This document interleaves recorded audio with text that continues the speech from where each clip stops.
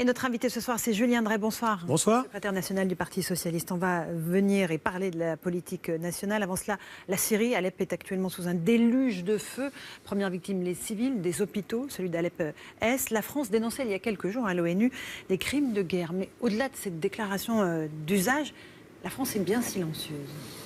Le problème, c'est qu'une fois qu'on a passé le stade de la dénonciation, qui est nécessaire, pointer les responsabilités, la solution, elle n'est que politique en Syrie. Elle ne peut plus être militaire. Et donc, il faut avoir une solution politique. Et la solution politique ne peut pas passer simplement par l'exigence du départ de Bachar el-Assad.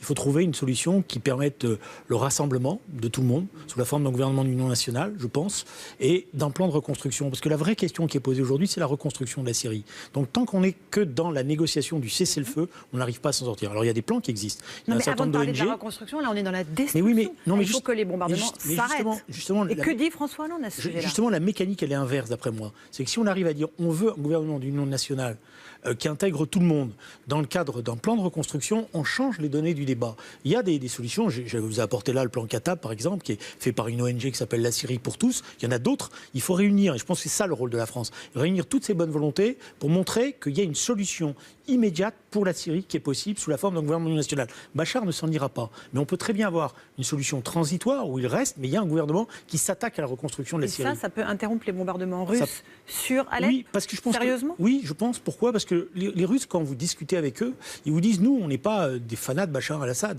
Mais on ne veut pas recommencer la Libye, on ne veut pas recommencer d'autres mauvais exemples qu'il y a eu en Irak. Donc donnez-nous une solution politique dans laquelle tout le monde sera préservé. Parce qu'il y a toute une partie de la population syrienne qui a peur, notamment la population alaouite qui se retrouve derrière Bachar, parce qu'elle a peur des massacres qui viendraient si Bachar s'en va. Donc il faut donner une solution politique de rassemblement. Et là, la voix de la France peut être une voix très importante. Mais on n'entend pas François Hollande. C'est pour ça que je ne sais pas si on n'entend pas François Hollande, mais il faut qu'on soit un certain nombre à pousser aujourd'hui pour que la France ne reste pas simplement dans la dénonciation, mais trouve une solution politique. Vous souhaitez que François Hollande aille plus loin, donc ? Oui, je pense qu'il faut aller plus loin aujourd'hui. Il faut peut-être s'émanciper d'un certain nombre de relations diplomatiques où on veut ménager les uns et les autres. Il faut prendre des risques.